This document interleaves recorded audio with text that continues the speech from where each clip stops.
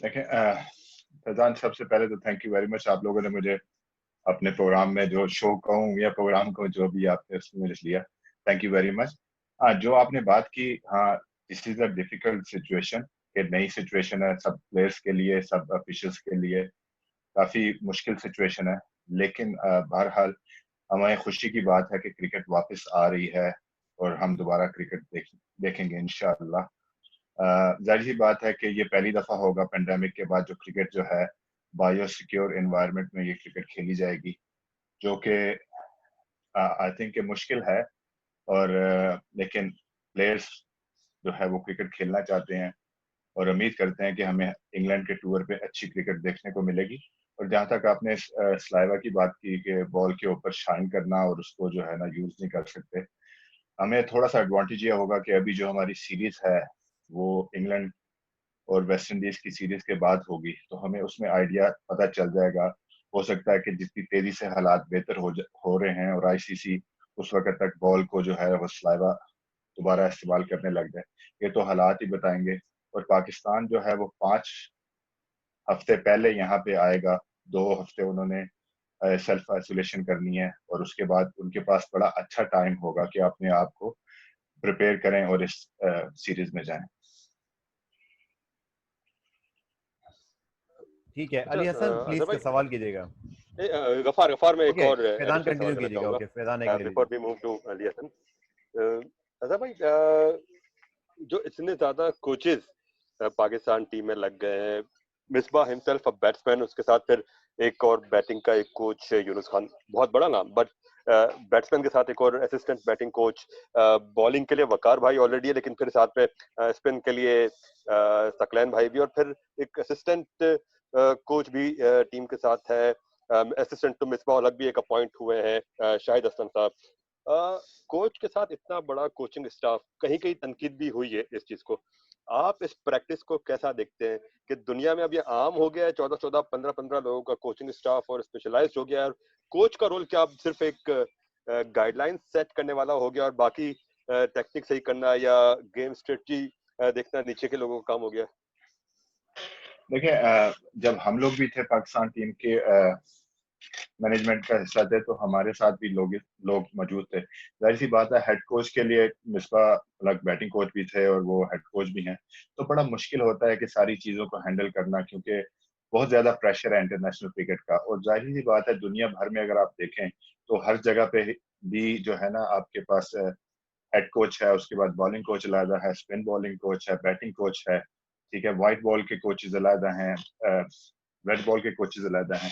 तो ये एक ट्रेंड जो है ना वो चेंज हुआ है। और ठीक है, मिसबा के ऊपर जो भी हेड कोच है, मिसबा है या कोई भी हेड कोच है, तो उसका उसका मेन मकसद ये है कि वो इंफॉर्मेशन इकट्ठी करे अपने कोचेस से और प्लेयर को राइट इंफॉर्मेशन प्रोवाइड करे और प्लेयर को जो है ना वो बेस्ट फैसिलिटीज उनको दे, ताकि वो अंदर जाके जो है ना वो मैदान में जाके परफॉर्मेंस कर सके। जी अली हसन प्लीज। अच्छा अजहर भाई, तकरीबन 10 फास्ट बॉलर्स जो हैं पाकिस्तानी स्क्वाड में शामिल किए गए जो इंग्लैंड टूर के लिए जा रहे हैं। ज़्यादातर जो हैं वो इंग्लैंड की विकेट से शायद अपना हम आंग नहीं है। आप क्या समझते हैं पाकिस्तानी बॉलर्स में ऐसी क्या वीकनेसेस हैं जिस पे कंट्रोल नहीं कर पा रही हमारी टीम, जो आप सही तरह से जानते हैं?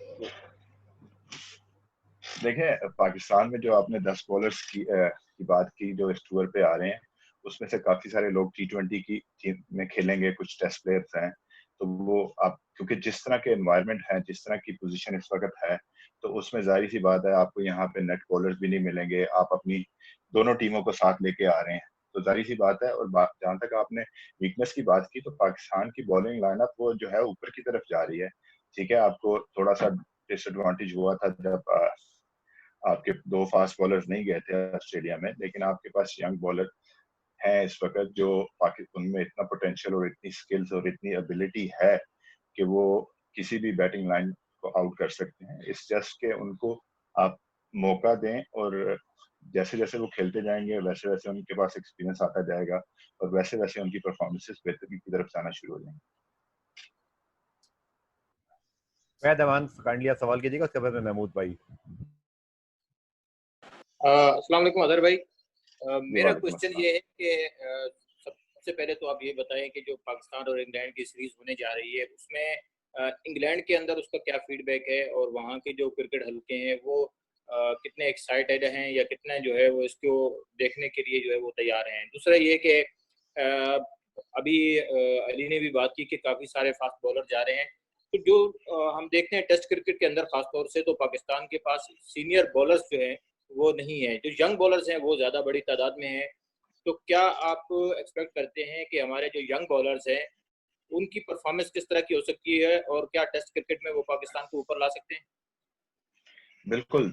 देखें, अभी हमारे पास जो आपने पहले बात की, पहला क्वेश्चन मैं आपको देता हूँ कि यहाँ पे जितने भी हल्के हैं वो बड़े एक्साइटेड हैं कि क्रिकेट, क्योंकि सब लोगों के लिए, नोट के इंग्लैंड में, पाकिस्तान में, जहाँ पे भी दुनिया भर में जो क्रिकेट होती है वो क्रिकेट वापसी की तरफ जा रही है, तो उससे बहुत ज्यादा खुश हैं। जाहिर सी बात है, डिफरेंट एनवायरनमेंट होगा, बायो सिक्योर एनवायरनमेंट में सीरीज होगी, क्राउड नहीं होगा, वो एक डिफरेंट चीज है, लेकिन क्रिकेट देखने को मिलेगी आपको, आप टीवी पे क्रिकेट देख सकते हैं। तो इस लिहाज से बड़े लोग पॉजिटिव हैं और एक अच्छे और उम्मीद है कि एक अच्छी क्रिकेट उनको दोबारा देखने को मिलेगी 4-5 महीने के बाद। तो आई थिंक सारे बड़े पॉजिटिव हैं, और जहाँ पे मेरी यहाँ पे जिन लोगों से बात हुई है वो भी इस चीज से हैं कि अल्लाह करे, क्योंकि अभी ये यहाँ पे बात हो रही है कि एक आधा और स्पाइक आ सकता है इसका, तो अल्लाह अल्लाह ना करे कोई ऐसी चीज सामने आए। अभी जैसे सरे क्रिकेट है तो वो भी मंडे से अपनी प्रैक्टिस जो है ना, उनका स्क्वाड भी शुरू कर रहा है, तो आई थिंक कि चीजें काफी बेहतरी की तरफ जा रही हैं। तो दूसरी आपने बात की कि हमारे जो फास्ट बॉलर्स हैं, हमारे फास्ट बॉलर, जाहिर सी बात है जब वो खेलेंगे तो उनमें एक्सपीरियंस आएगा। ठीक है, अभी आपके अगर 2 फास्ट बॉलर रिटायर्ड हो गए हैं और उसके बाद हमारे पास सीनियर्स नहीं है, लेकिन इन लड़कों में इतना पोटेंशियल, इतनी एबिलिटी है कि पाकिस्तान क्रिकेट को जो है वो लेके ऊपर जा सकते हैं। क्योंकि बैटिंग और बॉलिंग में थोड़ा सा फर्क ये होता है कि बॉलर्स के पास ज्यादा चांस होता है। अगर टेस्ट मैच क्रिकेट की बात करें, 20 से 25 ओवर आपने दिन में करने हैं, तो जितनी क्रिकेट आप ज्यादा खेलते जाएंगे उतना आप सीखते जाओगे। और जैसे ये लड़के हैं, इनमें सारे लड़के ऐसे हैं जिन्होंने इंग्लैंड का ऑलमोस्ट टूर किया हुआ है, और कुछ लड़के ऐसे हैं जिन्होंने नहीं किया हुआ। तो आप यहाँ पे आएंगे, आपको आपके पास मेरा ख्याल है 5 एक हफ्ते हैं टेस्ट मैच से पहले, तो उसमें ये लड़के यहाँ पे प्रैक्टिस करेंगे, आपस में मैचेस खेलेंगे, कंडीशन से यूज टू हो जाएंगे। और बैट्समैन का थोड़ा सा डिफरेंट होता है कि उसके लिए अगर वो पहले बॉल पे आउट हो गया तो चला गया, उसके पास सेकंड चांस नहीं होता, लेकिन बॉलर के पास, आपके पास सेकंड चांस होता है। और जाहिर सी बात है, आई एम श्योर के अभी जो हमारी बॉलिंग लाइनअप है इसमें सुहेल खान भी हैं, इमरान खान भी हैं, ये सीनियर हैं, अब्बास हैं सीनियर हैं, और उसके बाद जो आपके बॉलिंग कोच है वकास यूनुस, वहां पे खेले हैं, उनको बहुत एक्सपीरियंस है, और डेफिनेटली उनसे और इन प्लेयर्स को और इन लड़कों को हेल्प होगी। Thank you. सवाल कीजिएगा। अजमल कैसे खैरियत से, सबसे पहले आप बताइए ठीक ठाक है। दूसरा अजमल भाई, आप जो बात, सॉरी आपकी आवाज बहुत क्रैक हो रही है, मुझे कुछ समझ नहीं आया आपने कहा क्या। अच्छा अब जी अब हाँ जी, कुछ बेहतर है जी। हाँ, मैं कह रहा था सबसे पहले तो आप कैसे हैं, खैरियत से, ठीक ठाक है। अच्छा अजहर भाई, आप जो बात कर रहे हैं ना, बिल्कुल एक आइडियल सिनेरियो की बात कर रहे हैं। अगर हम पाकिस्तान की पास्ट हिस्ट्री देखें, यकीनन पाकिस्तान टीम से जो बॉलर भी सिलेक्ट होता है उस पर टैलेंट होता है तो आता है, लेकिन हमने जब देखा है कि जब पाकिस्तान की, आपने भी देखा है, जब कोलैप्स करते हैं ना तो आपके बेंच पे या कोई मेंटोर नहीं होता। इसमें अगर आप देखे जाए तो एक्सपीरियंस सिर्फ वहाब रियाज है। अब सोहेल खान ने 2017 के बाद से नहीं खेला, यकीनन वो उसके अंदर रहे थे। और England one of the toughest side, मतलब अगर आप देखें तो मीडिया के हवाले से आउट द फील्ड और ऑफ द फील्ड दोनों ही जो है वो वन ऑफ द टफेस्ट जो है, वहां का मीडिया आपकी हर चीज पर नजर रखा हुआ होता है, तो वो एक पूरा पैकेज होता है।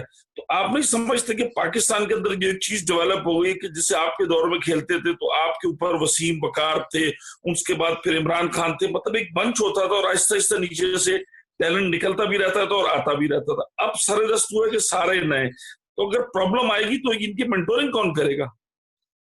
इनकी मेंटोरिंग वकार भाई करेंगे। वकार भाई से ज्यादा बेहतर बंदा कौन हो सकता है इनकी मेंटोरिंग करने के लिए, वो आपके बॉलिंग कोच हैं, तो वो वहां पे मौजूद है। देखें, जो आपने बात की, हमारे टाइम पे सीनियर बॉलर्स डेफिनेटली मौजूद थे, तो आपको थोड़ी सी है। अब देखें, अब्बास को 2 से 2.5 साल हो गए हैं, फर्स्ट क्लास का बहुत ज्यादा एक्सपीरियंस है।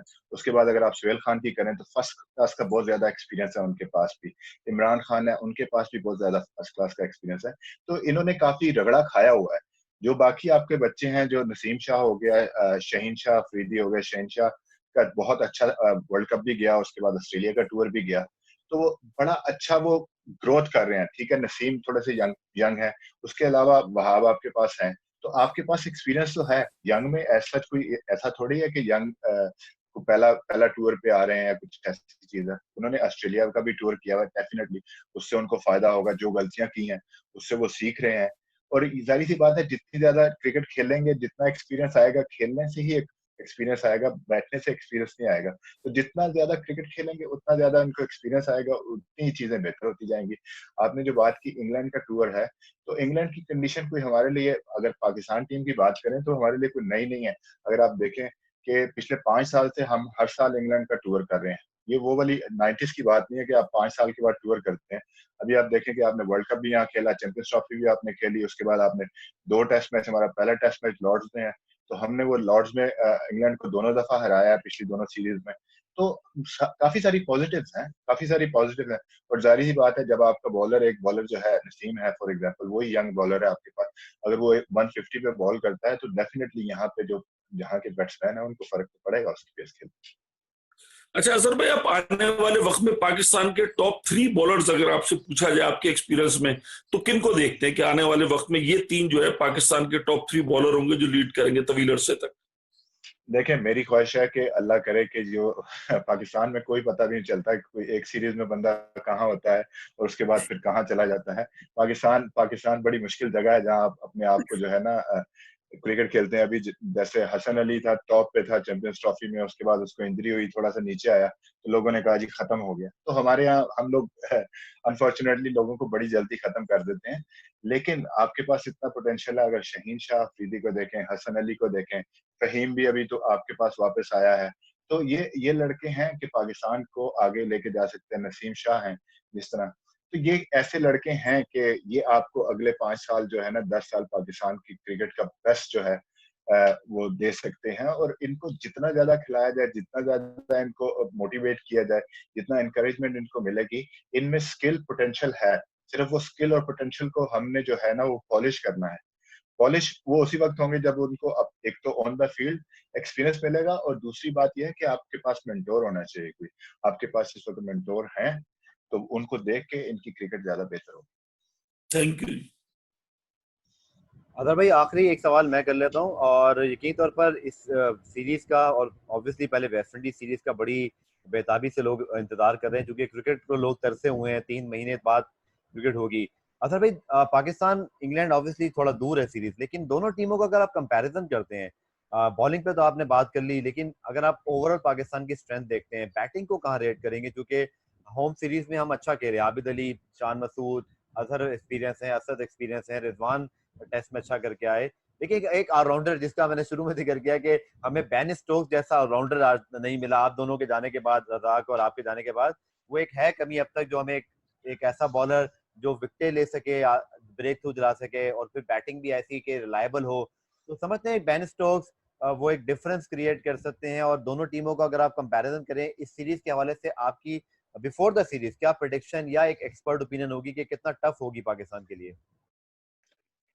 देखिए, ये सीरीज जो है ना डिपेंड करता है कि बॉल कैसा बिहेव करता है यहाँ पे। ठीक है, नया बॉल, जैसे अगर हम स्लाइवा यूज नहीं कर सकते, अगर बॉल स्विंग नहीं हो रहा, तो वो सारी चीजें जो है ना वो मेजर फैक्टर होगा। जाहिर सी बात है, अगर आप इंग्लैंड की बॉलिंग को इस वक्त आप देखें तो उसमें ब्रॉड है, एंडरसन है, उसके बाद आर्चर हैं। तो ब्रॉड और एंडरसन 1000 विकेटें हैं उनकी, नो डाउट एक्सपीरियंस है, और अपनी कंडीशन में बहुत अच्छी बॉलिंग करते हैं।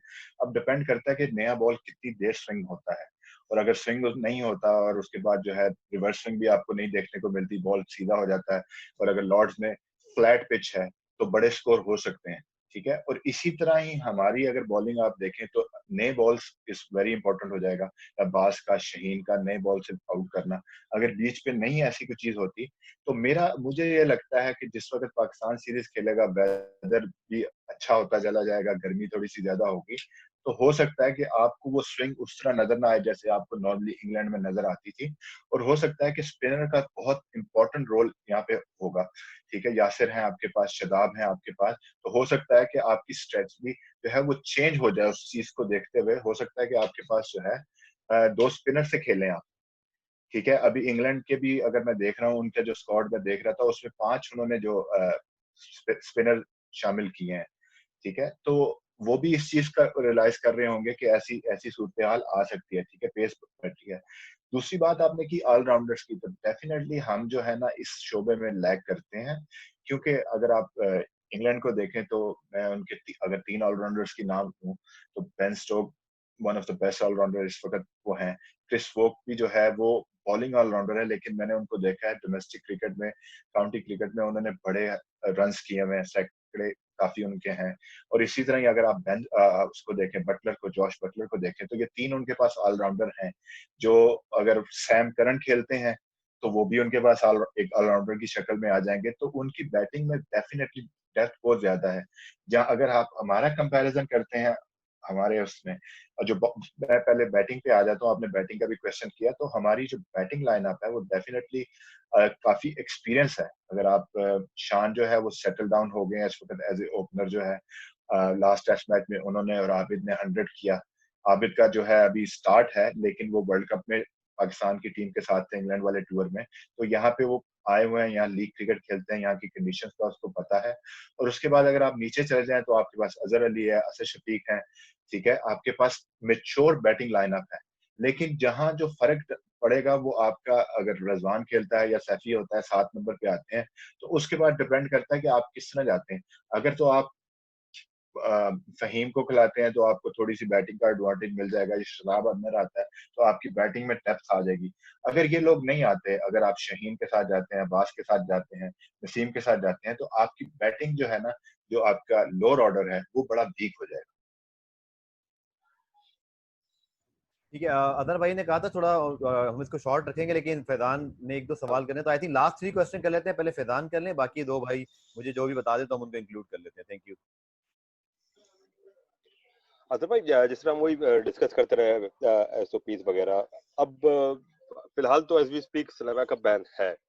ऐसे में आप समझते हैं कि बैटिंग फ्रेंडली हो जाएगी टेस्ट क्रिकेट भी मजीद, क्योंकि ऑलरेडी क्रिकेट काफी बैटिंग फ्रेंडली होती जा रही है, और बैट्समैन के लिए ज्यादा आसान हो जाएगा और बॉलर्स के लिए मुश्किल होगी गेंदे घुमाना, या बैलेंस बरकरार रखने के लिए आप ये समझते हैं कि न्यू बॉल के ऑप्शन को जल्दी इंट्रोड्यूस करा लिया जाए, कि थोड़ा पहले नया गेंद ले लिया जाए?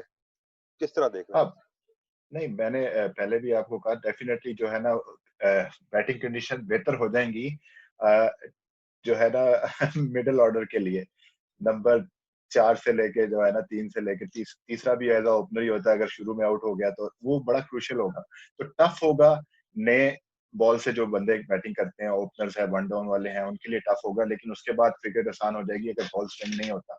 तो जो आपने बात की कि वो बड़ी अच्छी बात है कि अगर हम इसको कहें कि जी आपको टेस्ट मैच में बॉल जो है वो 50 ओवर के बाद नया बॉल मिल जाएगा, या कोई ऐसी चीज अगर आईसीसी को देखना चाहिए, क्योंकि इसमें दोनों को बैट और बॉल का जो है ना वो मुकाबला होना चाहिए, वो आपको मुकाबला नजर आना चाहिए। जैसे मैंने पहले अपने इंटरव्यू में एक दफा बात की थी कि इसमें बॉल मैन्युफैक्चरर्स का बहुत बड़ा हाथ होगा, कि अगर वो कोई ऐसी चीज जो है ना हैंड सैनिटाइजर की शक्ल में कोई, अगर आपको जो है पॉलिश करने वाला, बॉल को पॉलिश करने वाला वो दे दें कि आप जिससे बॉल को शाइन कर सकें, वो वही बता सकते हैं, जैसे लेदर क्लीनर होता है या लेदर शाइनर जो होता है, उसको अगर आप यूज कर लें बॉल के ऊपर अंपायर की निगरानी में, तो चीजें बेहतर हो सकती हैं। लेकिन ये तो अब आईसीसी ने डिसाइड करना है, और लेट्स सी कि क्या इस पे उनका अमल दरामद होता है। तो लेट्स सी कि होपफुली जो है ना कि जाहिर सी बात है क्रिकेट थोड़ी सी बैटिंग के लिए आसान हो जाएगी फ्लैट पिच के ऊपर।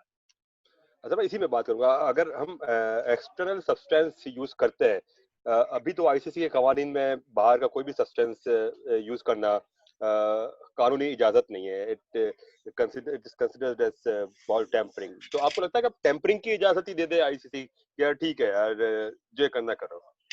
यार देखें, पास्ट में भी होता आया है, अगर आप देखें कि इंग्लैंड में हमेशा से इंग्लैंड वाले जो है वो मिंट यूज करते रहे हैं, ठीक है, हमेशा से होता है। काउंटी क्रिकेट में इतना अर्सा खेला हूँ, वो मिंट यूज होता है। उसके बाद आप अपना जो है सन ब्लॉक ये यूज करते हैं, या आप कुछ मतलब जो है ना बॉल को शाइन करने के लिए आप डिफरेंट, पांच लोग वेजलीन भी यूज करते थे। तो ये सारी चीजें यूज होती रही हैं, ये ऐसी तो कोई बात नहीं है कि ये सारी चीजें पहले नहीं होती थी, और अब अगर कुछ आप यूज करेंगे, अगर बॉल के ऊपर लगा रहे हैं, तो उससे कोई प्रॉब्लम होगी। देखिए आप इस वक्त इस सर्कमस्टांसेस में हैं कि जहां आप सलाइवा यूज नहीं कर सकते, वरना तो आपकी जो है ना anything apart from your own thing, you know, saliva और स्वेट के अलावा कोई भी चीज करें तो वो तो वैसे ही टेम्परिंग के उसमें आ ही जाती है। तो आई थिंक अब इस सर्कमस्टांसेस में अंपायर की निगरानी में अगर कोई चीज रख के देखी जाए तो उससे उससे चीजें बेहतर हो सकती हैं। It's not a long term situation, it's a short term situation जब तक आपके हालात वापस नॉर्मल नहीं होते। जी, last question please, Ubaid Awan. Azhar भाई, हम देखते हैं कि अब्दुल रज़ाक और अजहर महमूद के पास हमारे पास कोई उस पाए का हमारे पास ऑलराउंडर नहीं आया। आज की क्रिकेट में ऑलराउंडर की बड़ी ज़रूरत है, ख़ास तौर से वनडे में हम देखते हैं। तो आपके ख्याल में ऐसा क्यों है? क्या टैलेंट की कमी है या प्लेयर्स जो हैं वो सिर्फ एक टाइप के जो है वो बनना चाहते हैं, उनकी तवज्जो नहीं है कि वो एज ए ऑलराउंडर खुद को मनवाएं? क्या वजूहात हैं इसके लिए?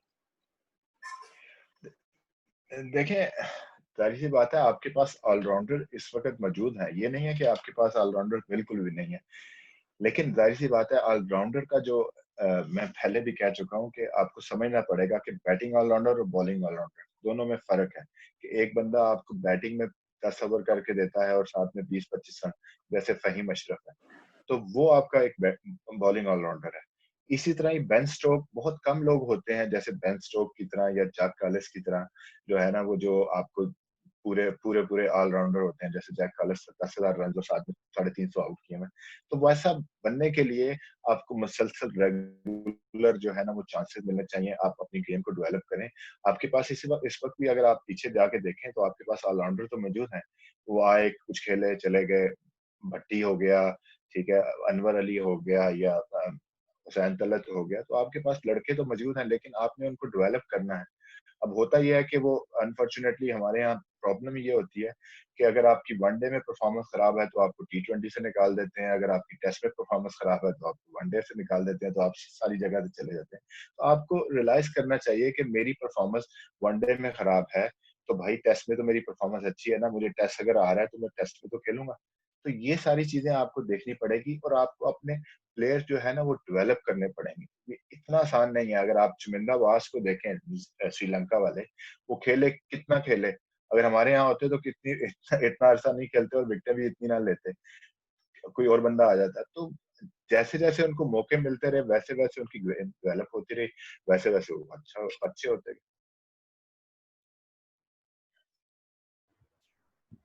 अदर भाई, thank you so much for your time. लेकिन आखिर में एक छोटा सवाल, उसको अगर आप वाइंड अप कर लें फिर उसी को सेशन को, कि फ़हीम गए हैं अभी, ऑब्वियसली आमिर यामीन, अमाद बट और कुछ हमारे पास ऑलराउंडर जैसे आपने कहा मौजूद हैं। अगर मैं आपसे पूछूं आपकी राय में किसमें आप पोटेंशियल देखते हैं कि आप चाहे तो फॉर्मेट वाइज भी बता सकते हैं कि आपके ख्याल में किस फॉर्मेट में कौन सा ऑलराउंडर आपको लगता है कि इसमें पोटेंशियल है? क्योंकि इस वक्त ये बड़ी कंफ्यूजन है कि फ़हीम को भी हमने वनडे में आजमाया था, फिर बहुत अरसे बाद अचानक से वो टेस्ट टीम में वापसी कर रहे हैं।